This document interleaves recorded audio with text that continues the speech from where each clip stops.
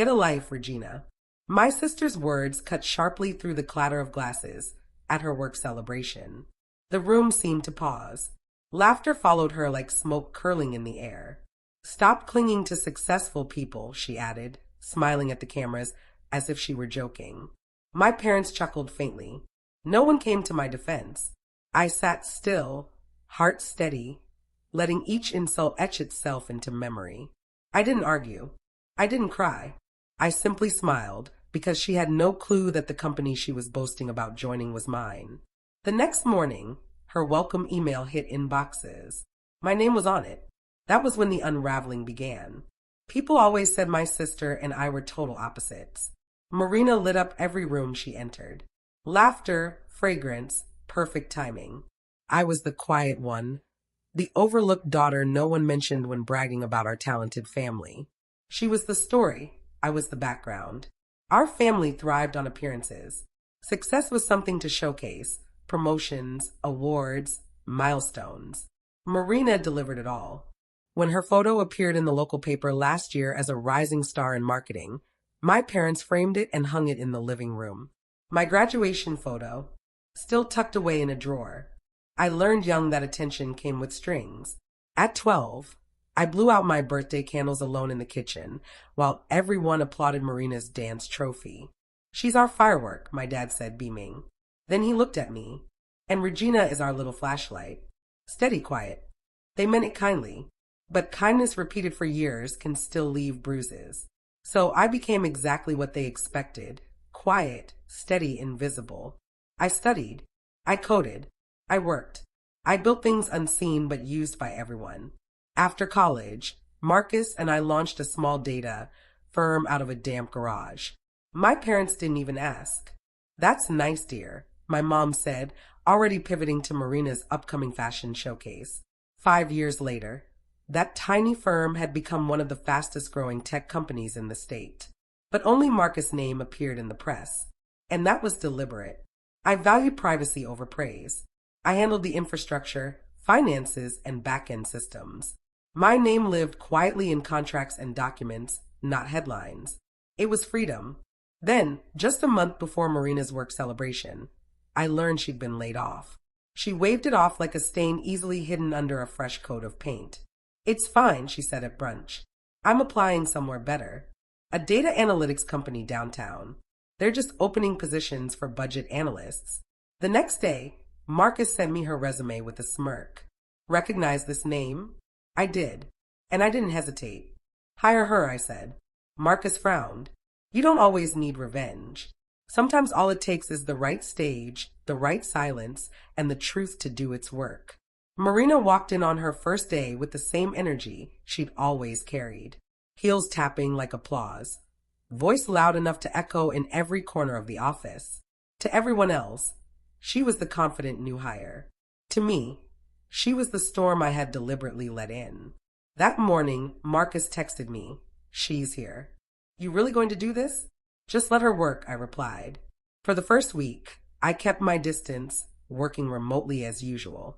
I went through her onboarding files, project notes, even the preliminary budget draft she'd submitted. She was sharp, efficient, persuasive. She glided through meetings, dropping buzzwords she barely grasped. But everyone loved her energy. They always had. When I arrived at the office after hours, the faint scent of her perfume lingered. A coffee cup with an M scrawled in gold marker sat by the printer. I caught myself smiling. This wasn't about punishment. It was about perspective. I wanted her to witness what real work looked like, without applause as part of the job description. A week in, I got my first glimpse of her true behavior. She was gossiping in the break room, whispering to someone about how odd our management was. There's the senior advisor, she said, supposedly signing off on every major project. No one's ever seen her. Probably a fake name. That fake name? Mine. Marcus called that night. She's curious about the signatures. Regina thinks she's starting to connect the dots. Let her wonder, I said. Curiosity is the first step toward humility. At the next family brunch, Marina couldn't help but brag.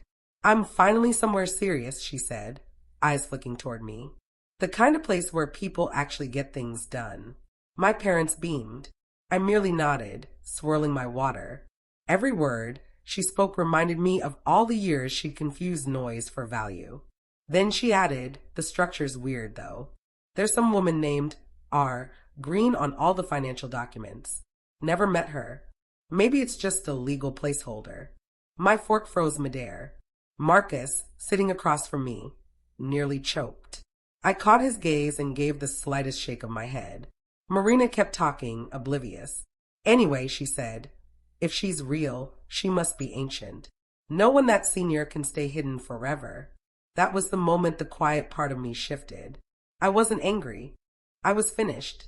Later that night, as the office emptied and the city lights flickered beneath my window, I logged into the internal system and approved her first performance review myself. Keep her, I typed.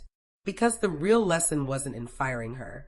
It was in letting her walk straight into the truth she'd spent her whole life ignoring. By her second month, Marina had embedded herself perfectly into the company culture. Morning lattes, team selfies, pep talks about the grind. She believed she had found her place. Maybe, for a fleeting moment, she had. But arrogance has a way of digging its own pit. Late one Tuesday, I got a notification, an internal request from accounting. Someone wanted access to the executive approval logs. I didn't need to check twice. The username was hers. Marcus called immediately. She's snooping. Shut it down. No, I said, eyes fixed on the glowing screen. Let her see. That night, while the building slept, Marina combed through every file she could open. Project budgets, payroll sheets, payment approvals. My initials, RG, appeared again and again. Perhaps it felt like déjà vu, like seeing a ghostly signature over her paycheck. The next evening, when I returned, the atmosphere had shifted. Her laughter had become tight, clipped. She began asking subtle questions in meetings. Who signs off on our budgets? Does anyone actually know the senior advisor? She was circling the truth, and it was only a matter of time before she collided with it. That weekend, Marcus and I prepared for the company's 5th anniversary gala, an event meant to celebrate growth, partnership, and innovation. For me, it was something entirely different. The moment silence would finally speak. I worked late in the empty conference room, finalizing reports when the elevator dinged. Heels clicked sharply across the tile. I didn't even have to look up. Regina. Her voice trembled somewhere between disbelief and recognition. I turned slowly. She stood in the doorway, clutching a folder to her chest. You have access to the restricted drives, she said. You sign everything. Budgets. Hires, her breath hitched. It's you. I met her gaze. You said I should get a life. Remember? I closed the laptop softly. Turns out I had built one. Marina's face drained of color. You're the senior advisor. The co-founder. Yes, I said simply. She let out a single, brittle laugh. This can't be real. Check the founding files if you need proof, I told her. They're under my name. Silence swallowed the room. She looked down at her folder, then back at me, realization settling like a weight she couldn't lift. I didn't bring you here to embarrass you, Marina, I said quietly. You're talented at your job. That's why I hired you. But I wanted you to see what respect really looks like when it isn't handed to you. Her lip trembled, but she said nothing. For the first time, she had no comeback. When she left, the door didn't slam. It closed softly, like something ending without a fight. The night of the anniversary gala arrived, wrapped in a shimmer of golden nerves. The ballroom gleamed under the chandeliers, every surface polished to perfection, reflecting achievement and ambition. Waiters weaved through the crowd, trays of champagne in hand, while laughter buzzed through the air like electricity. To most, it was a celebration of growth and innovation. To me, it was the night silence would finally have its voice. Marcus found me backstage, adjusting my dress, his tie slightly askew. You sure about this? He asked quietly. You could keep the mask on forever and still come out on top.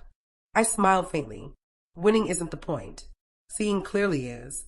He nodded, handed me a folded card with my speech notes, and whispered, she's out there. Even through the heavy curtains, I could sense her presence.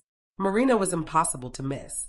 Her laugh, her perfume, The way she filled the room until no one else had space to breathe. I could picture her in a silver gown, champagne in hand, reveling in the attention that had always come effortlessly. She belonged in rooms like this. I had built them. The lights dimmed. The host's voice resonated over the speakers. Tonight, we honor 5 years of extraordinary achievement. Please welcome the two people who made this company possible, Marcus Hale and Regina Green. Applause thundered through the ballroom. The spotlight hit me full in the face, hot and blinding. I stepped onto the stage beside Marcus, hearing the claps as if through water. Every cheer felt like a heartbeat, every camera flash like lightning. And then I saw her, Marina, frozen near the back, her smile faltering into disbelief.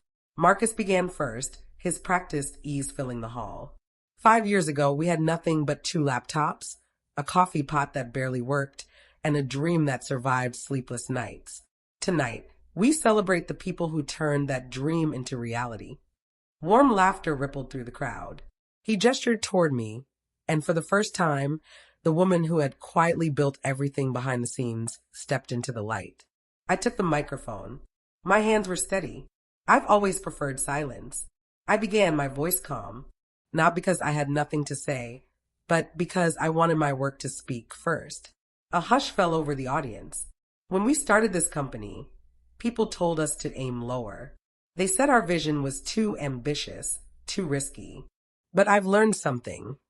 Sometimes the quietest voices create the loudest legacies. Polite applause spread across the room. I glanced at Marina again. Her face pale, her glass still halfway raised. For years, I continued, I believed success meant being seen. That if no one noticed, it didn't count. But I've come to understand that visibility isn't proof. Impact is. Marcus smiled beside me, proud. But I knew this moment wasn't about business. It was about family, history, and truth. I looked across the crowd, toward her. So tonight, I am grateful for the supporters, the doubters, and the people who taught me that silence does not equal weakness. It means power. The audience erupted again, louder this time. Camera flashes burst like fireworks. I let the noise wash over me, not as praise, but as an ending. When I stepped off stage, my legs felt weightless, finally free. I moved toward the balcony for air, slipping past groups of people offering congratulations. Their voices blended together. Brilliant, inspiring, incredible. I smiled, but my thoughts had already drifted away. Outside, the air was sharp and clean. The lake mirrored the city lights in jagged streaks of gold. I placed my hands on the railing, feeling my heartbeat slowly settle. Regina. Her voice cut through the quiet, soft but sharp as breaking glass. I turned to see Marina standing in the doorway, lit by the ballroom glow. Her eyes were rimmed with red, her lips trembling. All that polished confidence she wore like armor gone. So it's true, she breathed. You're the co-founder. I nodded. She let out a thin, bitter laugh. You let me work under you. Let me show off like I knew everything. You were good at what you did, I replied simply. She flinched. Don't do that. Don't act like this is nothing. I mocked you. Her voice cracked. You didn't even defend yourself. There was nothing to defend, I said. You weren't attacking me. You were attacking who you assumed I was. Her fingers tightened around her clutch. And who did I assume? Someone beneath you. She looked away, listening to the quiet ripple of the lake. You could have told me, she whispered. And would you have heard me? I asked. Her silence answered. I didn't want revenge, Marina, I continued, steady and calm. I just needed the truth to reach you. Some people only learn respect when they trip over their own arrogance. Tears gathered in her eyes. You must hate me. I shook my head. No, I just stopped needing you to understand me. She wiped her cheek, voice unsteady. I treated you terribly. Yes, I said softly. But that's done now. She stepped closer. How are you so composed? If someone had done to me what I did to you, I'd want to ruin them. I held her gaze. That's the difference between us. She stared for a long moment, guilt and awe tangled in her expression. You're better than me. No, I said. I just learned when to stop proving it. The ballroom doors swung open behind us, spilling light and laughter across the polished floor. Inside, the crowd was chanting Marcus's name, eager for an encore. He glanced our way but didn't interrupt. Marina's voice softened. I don't deserve your kindness. This isn't kindness, I replied. It's clarity. For a moment, silence held us. It wasn't rivalry anymore. It was something quieter, almost fragile. She broke it first. You won't see me at brunch for a while, she said, a faint smile through the tears. I'll be here when you can meet my eyes, I said. When she left, the click of her heels lingered like a whispered confession. I stayed on the balcony a little longer. The night pressed gently against my skin. Below, the city glowed, bright and indifferent. I thought about the years I'd spent building a world where I didn't need to be noticed. And how tonight, stepping into the light wasn't for glory. It was for balance. Later, back in the ballroom, Marcus found me near the buffet. So, he said, handing me a glass of water, how does it feel to be famous? I laughed softly. Exhausting. He tilted his head toward the door Marina had exited. She'll come around. I know, I said. She always does. Just takes her longer to see what's real. He raised his glass. To quiet victories. I clinked mine against his. The kind that endure. By the time I got home, the adrenaline had faded, replaced by a calm that felt almost sacred. I slipped off my heels, set the award plaque on the counter, and opened my laptop. One new email waited from Marina. No subject. No apology. Just one line. Thank you for showing me what success actually looks like. I stared at it, a slow smile spreading across my face. Then I typed back, it's not about being seen, Marina. It's about doing something worth seeing. I hit send. Outside, the city hummed softly, a rhythm I knew by heart. For the first time in years, silence didn't feel like armor. It felt like peace. 2 weeks after the gala, the office felt subtly lighter, as if the air itself had exhaled. People buzzed about the event for days, replaying the moment I stepped on stage. But the biggest change was Marina. She still dressed impeccably and arrived early, but her tone had shifted. Bravado no longer led her. She listened. She asked questions instead of giving orders. One afternoon, I passed a meeting room and saw her mentoring 2 interns, explaining budgeting systems with calm patience. Strange. Beautiful. Later that evening, I found her alone in the break room, sorting notes. She looked up, hesitant. I'm still learning, she said quietly. I nodded. So am I. A small, honest smile curved her lips. I didn't think we'd ever talk like this. Neither did I said. But some stories end better when no one's trying to win. We stood in that quiet, the hum of the vending machine between us. For the first time in years, the silence didn't feel empty. It felt like peace earned. A month later, I approved the final payroll of the quarter. Among the signatures and numbers, one name caught my eye. Marina Green, project lead for the mentorship initiative she built from scratch. I paused, smiling. No pride, no revenge, just quiet satisfaction. I leaned back as the sunset spilled across my desk. Sometimes justice doesn't need applause. Sometimes it shows up in the details, like a sister's name on a project she finally earned. If you've ever been underestimated, remember, silence isn't surrender. It's strategy.